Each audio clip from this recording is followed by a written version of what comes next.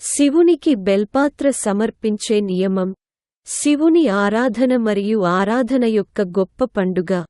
సావన్ మాసం జూలై 22, 2024 సోమవారం నుండి ప్రారంభమవుతుంది.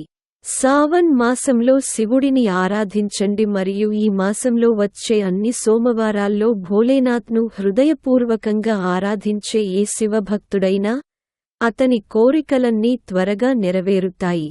శ్రావణ మాసం శివునికి అత్యంత ఇష్టమైన మాసం.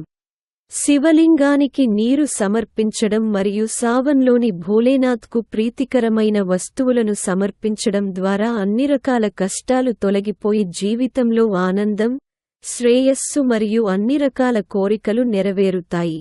అతనికి అత్యంత ఇష్టమైన బెల్పత్ర సావన్ మాసంలో ఖచ్చితంగా శివునికి సమర్పించబడుతుంది. బెల్పాత్ర శివునికి అత్యంత ప్రీతిపాత్రమైనది. ప్రతి శివ భక్తుడు తప్పక తెలుసుకోవలసిన శివలింగంపై బేల్పత్రాన్ని సమర్పించడానికి గ్రంథాలలో అనేక నియమాలు ఉన్నాయి.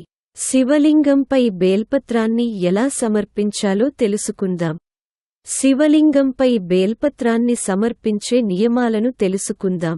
అటువంటి బెలాకులను ఎప్పుడూ అందించవద్దు. శివునికి బేల్పత్రాన్ని సమర్పించే ముందు అది ఎక్కడా చిరిగిపోకుండా చూసుకోండి. శివుడికి బెల్పాత్ర 3 ఆకులను మాత్రమే సమర్పిస్తారు. ఎన్ని బెలాకులు సమర్పించాలి?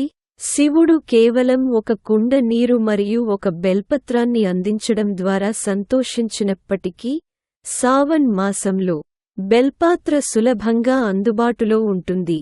కాబట్టి మీరు శివలింగంపై 11, 21, 51 మరియు 101 బెల్పత్రాలను అందించవచ్చు. బెల్పాత్ర ఎలా అందించాలో ఇప్పుడు మనకు తెలుసు.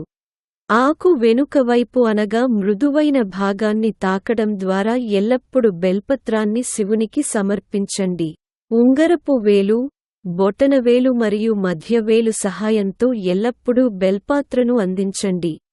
మధ్య ఆకు పట్టుకుని శివునికి సమర్పించాలి. బెల్పాత్రను ఎప్పుడు తీయాలి? కొన్ని తేదీలలో బెల్పాత్రను తీయడం నిషేధించబడింది. చతుర్థి, అష్టమి, నవమి, చతుర్దశి మరియు అమావాస్య, సంక్రాంతి మరియు సోమవారాల్లో బెల్పత్రాన్ని పగలగొట్టకూడదు.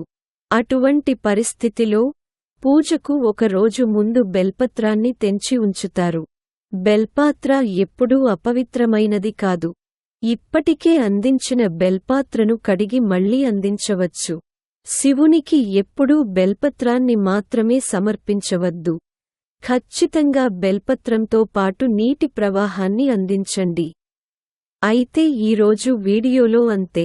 ఇలాంటి జ్యోతిష్యం, రోజువారీ పంచాంగం, జాతకం, పండుగలు మరియు సనాతన ధర్మం గురించి ఇతర ముఖ్యమైన సమాచారం కోసం దయచేసి మా ఛానెల్కు సభ్యత్వాన్ని పొందండి. ధన్యవాదాలు.